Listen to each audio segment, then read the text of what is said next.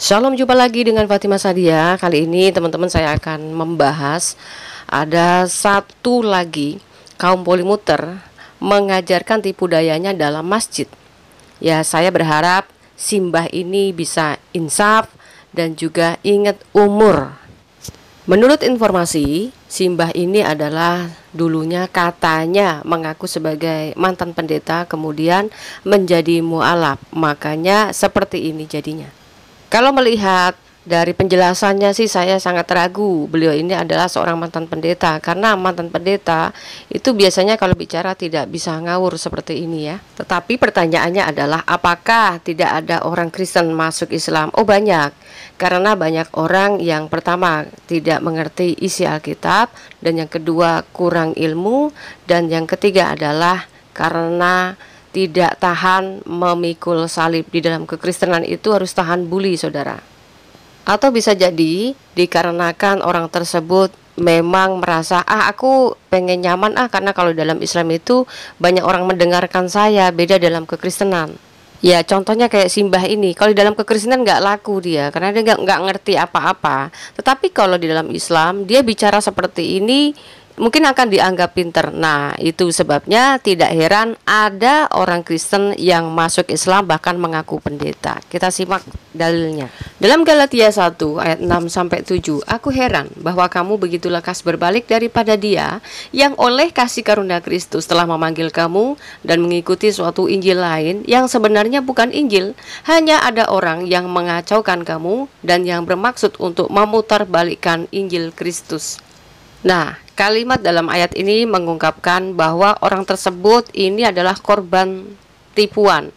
Dia akibatnya dipengaruhi orang, dikarenakan dia sendiri kurang paham tentang Alkitab, maka mudah sekali dia berbalik daripada jalan kebenaran itu sendiri.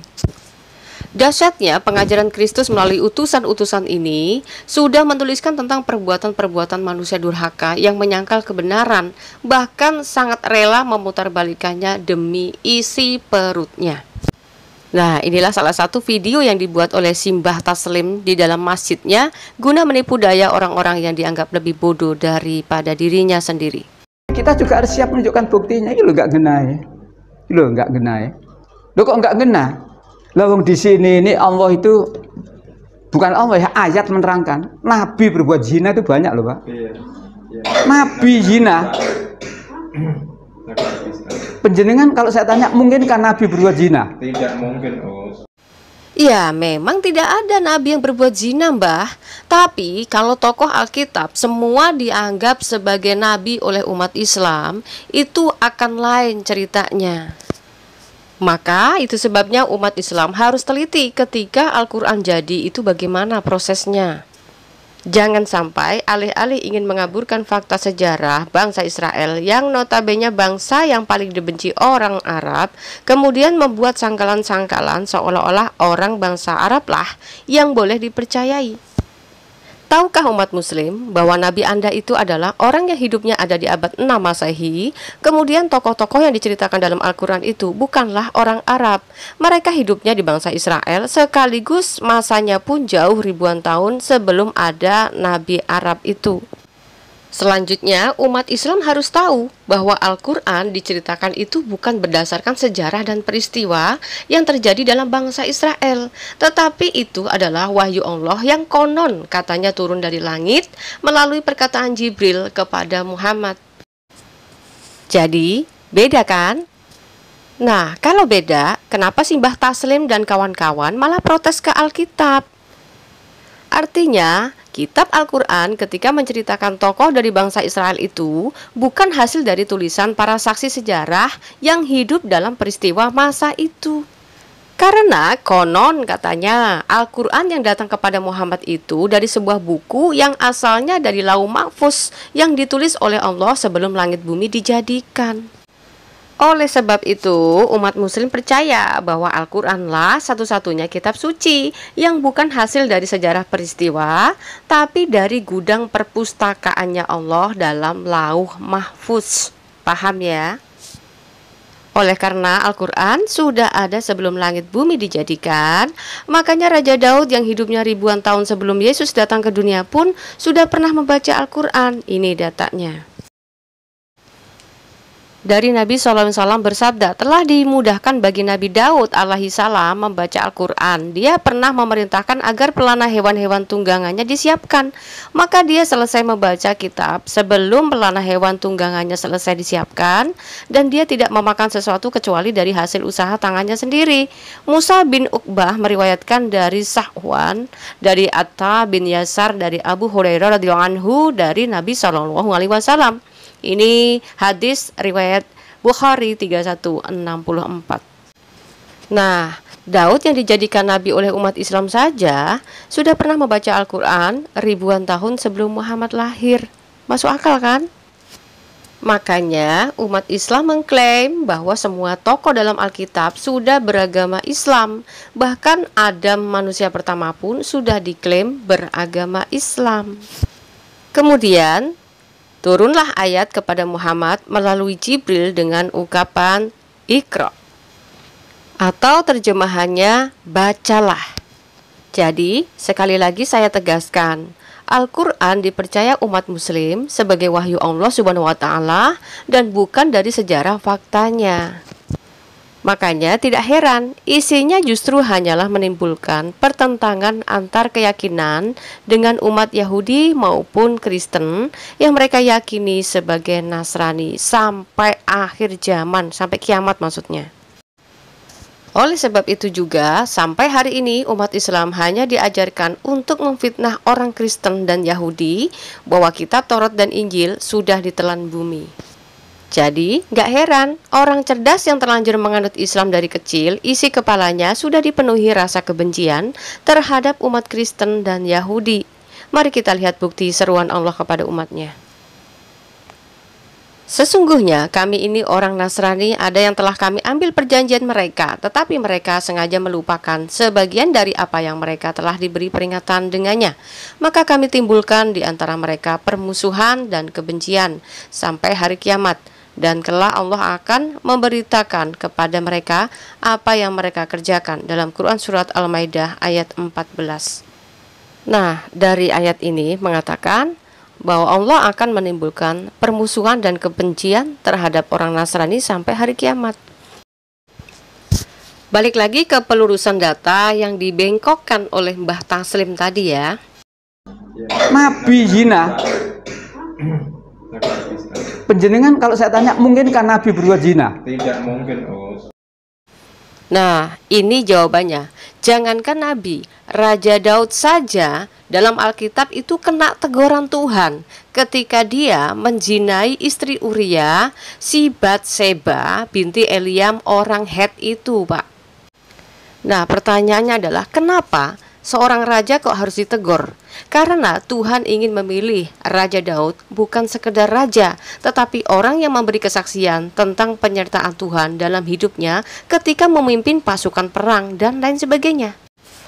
Wahyu 3 ayat 19 mengatakan, barang siapa kukasihi, ia kutegur dan kuhajar. Sebab itu relakanlah hatimu dan bertobatlah. Nah, itulah Tuhan kami. Jika orang pilihannya melakukan kesalahan, akan kena teguran. Nah, sekarang pertanyaannya bagaimana dengan Nabi umat Islam sendiri? Kena teguran tidak walaupun jatuh dalam dosa? Nah, masalahnya Simbah mau terima kenyataan tidak. Jika ternyata Nabi umat Islam yang dianggap paling suci ini juga manusia berdosa menurut pandangan umat Kristen. Contohnya dalam hadis ini ya, dari Aisyah, ia berkata Nabi SAW memerintahkan istri Abu Huzaifah untuk menyusui Salim Maula Abu Huzaifah hingga hilang kecemburuan Abu Huzaifah. Ia menyusuinya sedang ia adalah laki-laki dewasa. Rabiah berkata, hal tersebut merupakan keringanan bagi Salim. Nah, ini adalah hadis tentang persusuhan. Bagi pandangan orang Kristen dan pandangan Alkitab sendiri, ini sudah disebut perzinahan. Tapi lain halnya, dalam hadis ini justru memerintahkan penyusuan terhadap laki-laki dewasa adalah perintah sebagai bentuk menghindari perzinahan dan kecemburuan. Kemudian umat Islam juga harus tahu kalau Muhammad sendiri juga mengaku sebagai manusia yang punya dosa. Ini datanya. Dalam hadis riwayat Sahih Muslim 4708 mengungkapkan Rasulullah SAW bersabda, "Ya Allah, aku hanyalah Muhammad, seorang manusia yang bisa marah sebagaimana manusia yang lain. Sesungguhnya aku telah membuat perjanjian denganmu yang engkau tidak akan menyelisihinya. Maka mukmin mana saja yang pernah aku sakiti, atau aku cela, atau aku cambuk, hendaklah hal itu engkau gantikan untuknya sebagai penghapus dosa dan pengorbanan yang dengannya mereka bisa mendekatkan diri kepadamu pada hari kiamat kelak." Dalam Alkitab mengatakan, jika kita marah, jangan berbuat dosa. Tetapi kemarahan Nabi Muhammad di sini dilampiaskan kepada sesamanya dengan mencambuk, memukul dengan harapan dosanya terhapus oleh penganiayaan itu. Bagi pandangan kekristenan dan Alkitab, itu salah dan berdosa. Ya, itulah faktanya. Bedanya, Alkitab dibuat bukan hasil imajinasi manusia, Mbah. Jadi Al-Quran dengan Alkitab itu berbeda. Kalau Alkitab harus bicara apa adanya, tapi kalau Al-Quran yang gak ada diada-adain, betul gak? Alkitab bilang kamu mendua saja sudah disebut berzina. Tapi kalau Al-Quran bukan berzina, asalkan disahkan dengan para saksi. Gak percaya? Kita simak ceramah Ustazah berikut ini. Terus bagaimana ini Bu? Seandainya suami itu menikah, alasan apapun dia menikah lagi tanpa seizin istri tua. Asli nurut hukum Islam, pernikahan itu sah bila satu sudah ada akad nikahnya disaksikan dua wali. Sah sudah. Jadi izin dari istri tua itu tidak masuk dalam syarat rukun aslinya. Tetapi di Indonesia, lah Cici Male Bu ya, Indonesia itu mensyaratkan seperti itu. Karena melihat keadaan. Wong Indonesia lah wong Arab manjane wis hebat-hebat mangane wedhus tok. Duwike akeh-akeh. Dadi sing wedok kari dandan karo mesem tok.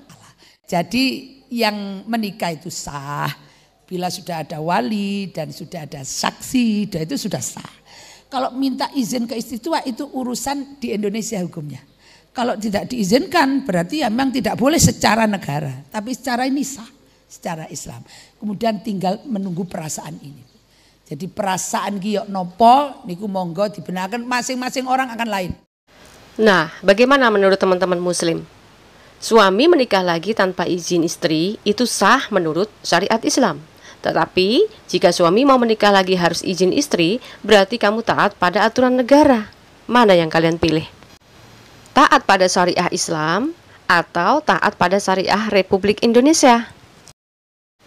Contoh faktanya seperti kejadian yang masih hangat dan viral sekarang ini, seorang suami bertakiyah terhadap istrinya, bilangnya lagi dinas keluar, ternyata menikah lagi dengan wanita lain. Assalamualaikum. Assalamualaikum. Sini dong. Saya sini dong. Sini. Sini dong. Sini di dalam dong. Di dalam enggak di dalam. Di dalam kan? Oke, di dalam. Di dalam kan? Di dalam. Di dalam dulu. Di dalam. Mama no komen. Mama no komen. No komen mama. Mama no komen. Mama no komen. Mama no komen. Mama no komen. Mama no komen. No komen. Mana istrinya? Istrinya ini istrinya. Oh, ini istrinya. Mama. Kamu tanggung jawab keluar. Kamu tanggung jawab keluar. Kamu tanggung jawab keluar. Kenapa? Kamu istrinya? Kenapa? Kamu istrinya hebat. Dinas luar kesini hebat. Keluar. Dia punya suami ya, punya istri ya. Ini dinas luar ya. Oh, ternyata ini dinas luar. Oh, pulang telat malam ini dinas luar. Mama.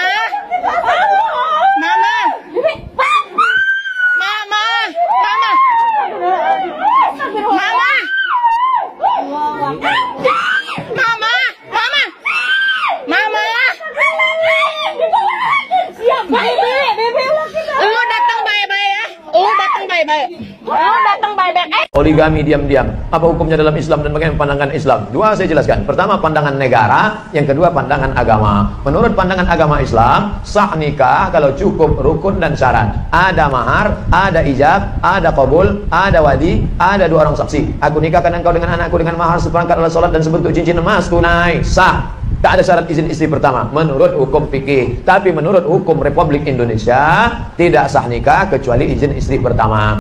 Bagaimana menurut kalian? Menikah lagi atas nama Allahnya tanpa izin istri pertamanya.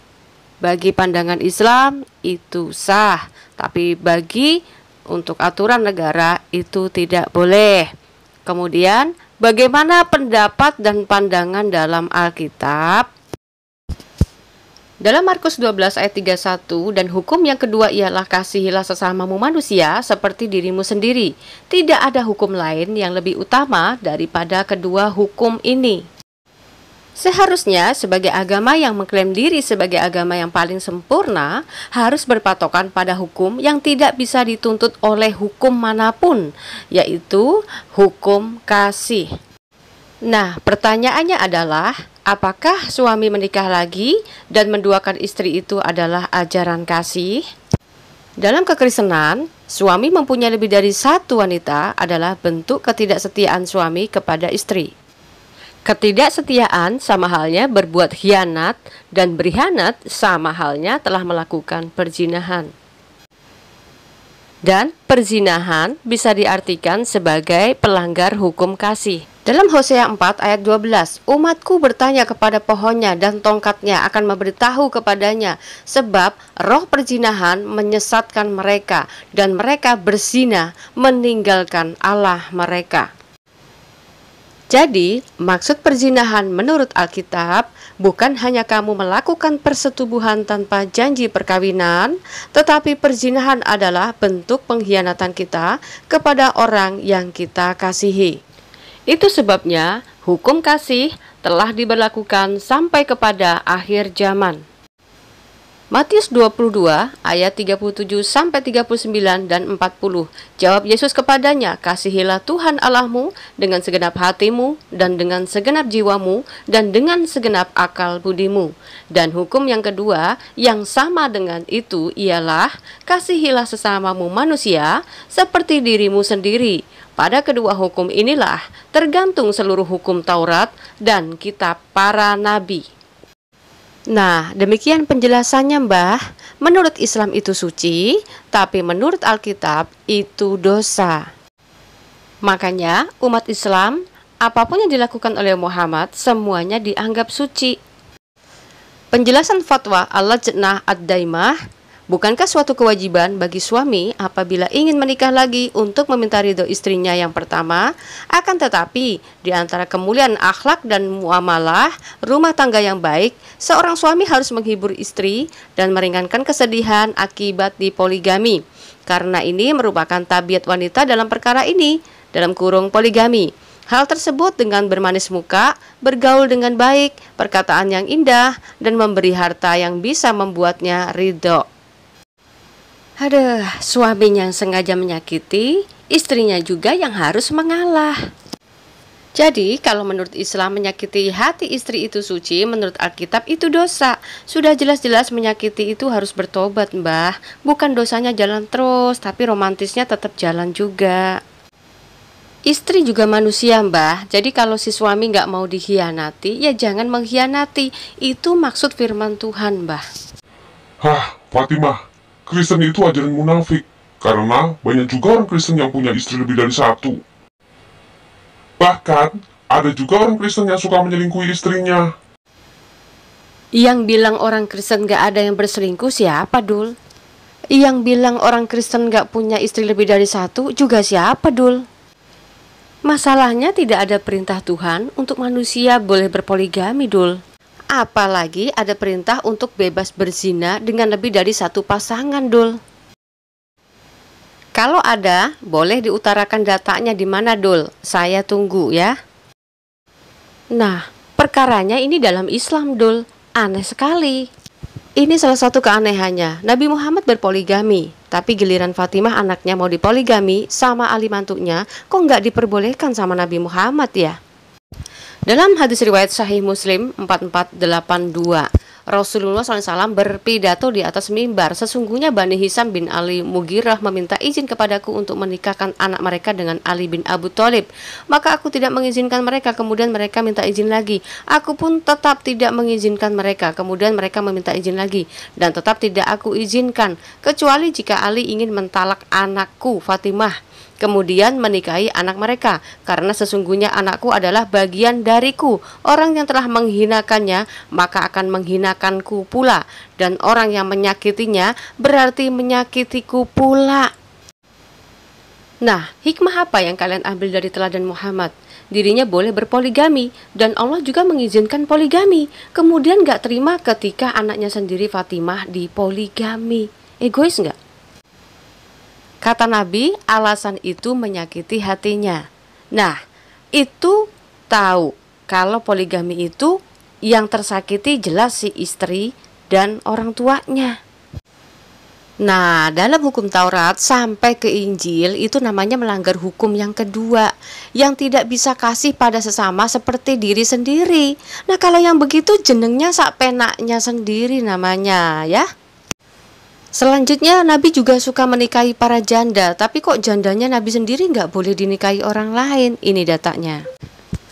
Dan tidak boleh kamu menyakiti hati Rasulullah, dan tidak pula mengawini istri-istrinya selama-lamanya sesudah ia wafat. Sesungguhnya perbuatan itu adalah amat besar dosanya di sisi Allah.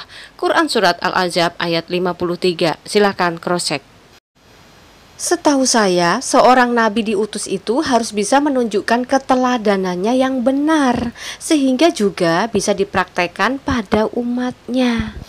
Nah, itu Mbah, bagi muslim itu suci, tapi bagi Alkitab, mau nabi kek, tetap aja dianggap salah jika seperti itu perbuatannya. Seorang nabi dalam Alkitab bukan hidup menurut hawa nafsunya. Tetapi kenapa nabi umat Islam justru nabi memiliki hal yang seperti ini? Coba kita lihat datanya. Nah, seperti tercatat dalam tafsir Al-Qurtubi volume 14 halaman 533 ya. Ini adalah keistimewaan nabinya. Kita lihat yang pertama adalah harta rampasan perang. Kedua, berhak mengatur 1/5 bagian harta rampasan.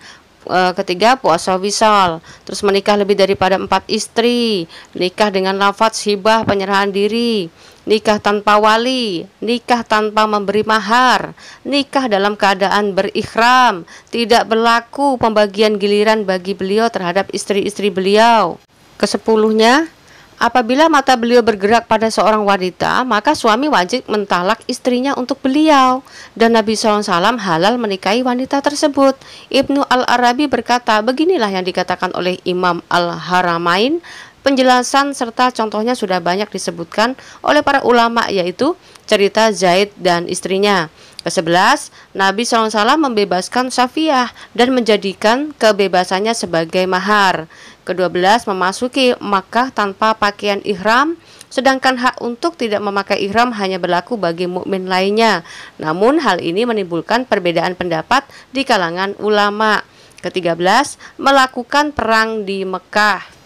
Ke-14-nya, Nabi SAW tidak mewarisi, sedangkan bagian ini dimasukkan pada bagian yang dihalalkan bagi beliau. Karena apabila ajal seorang sudah dekat, maka akan hilang kebanyakan dari hartanya, dan tidak ada yang tersisa kecuali sepertiganya.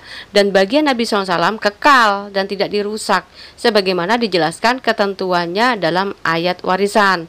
Yang ke-15, status kawin abadi beliau, meskipun beliau telah wafat. Nah, yang paling menggelikan itu di nomor 10 ini ya teman-teman ya. Nah, balik lagi, menurut Muslim itu benar dan suci, menurut Alkitab itu salah dan dosa. Dalam Wahyu 3 ayat 19, barang siapa ku kasihi, ia ku tegor dan ku hajar. Sebab itu, relakanlah hatimu dan bertobatlah. Jadi, bukan mentang-mentang Nabi makanya boleh melanggar hukum. Sementara yang awam jika melanggar hukum harus dihukum. No, ya. Justru Alkitab, Nabi dan Rasul harus memberi contoh dan teladan yang baik, barulah umatnya manut. Nah, itulah Mbah yang membedakan Alkitab dan Al-Quran. Dalam Roma 2 ayat 17-20, tetapi jika kamu menyebut dirimu orang Yahudi dan bersandar kepada hukum Taurat, bermegah dalam Allah dan tahu akan kehendaknya, dan oleh karena diajar dalam hukum Taurat, dapat tahu mana yang baik dan mana yang tidak, dan yakin bahwa engkau adalah penuntun orang buta dan terang bagi mereka yang di dalam kegelapan, pendidik orang bodoh dan pengajar orang yang belum dewasa, karena dalam hukum Taurat engkau memiliki kegenapan, segala kepandaian dan kebenaran. Dalam Roma 2 ayat 21-24, jadi bagaimanakah engkau yang mengajar orang lain? Tidakkah engkau mengajar dirimu sendiri? Engkau yang mengajar, jangan mencuri. Mengapa engkau sendiri mencuri? Engkau yang berkata, jangan berzina. Mengapa engkau sendiri berzina? Engkau yang jijik akan segala berhala. Mengapa engkau sendiri merampok rumah berhala? Engkau bermegah atas hukum Taurat. Mengapa engkau sendiri menghina Allah dengan melanggar hukum Taurat itu? Seperti ada tertulis, sebab oleh karena kamulah nama Allah dihujat di antara bangsa-bangsa lain. Nah, jadi begitu ya Mbah. Kalau Simbah berilmu dan bilang harus menunjukkan bukti, itu harus dibuktikan dengan data, bukan cuma gambleh doang, koyo wedus isane cuma mbak-mbak doang gitu Mbah. Mulai sekarang, ajarin umat awam dengan ajaran yang benar, mana yang layak diteladani dan mana yang tidak layak. Nah, semoga video pembelajaran kali ini membawa kalian pada kebenaran sejati dan banyak umat tersadarkan dari tidur panjangnya. Amin. Salam waras, Tuhan Yesus memberkati.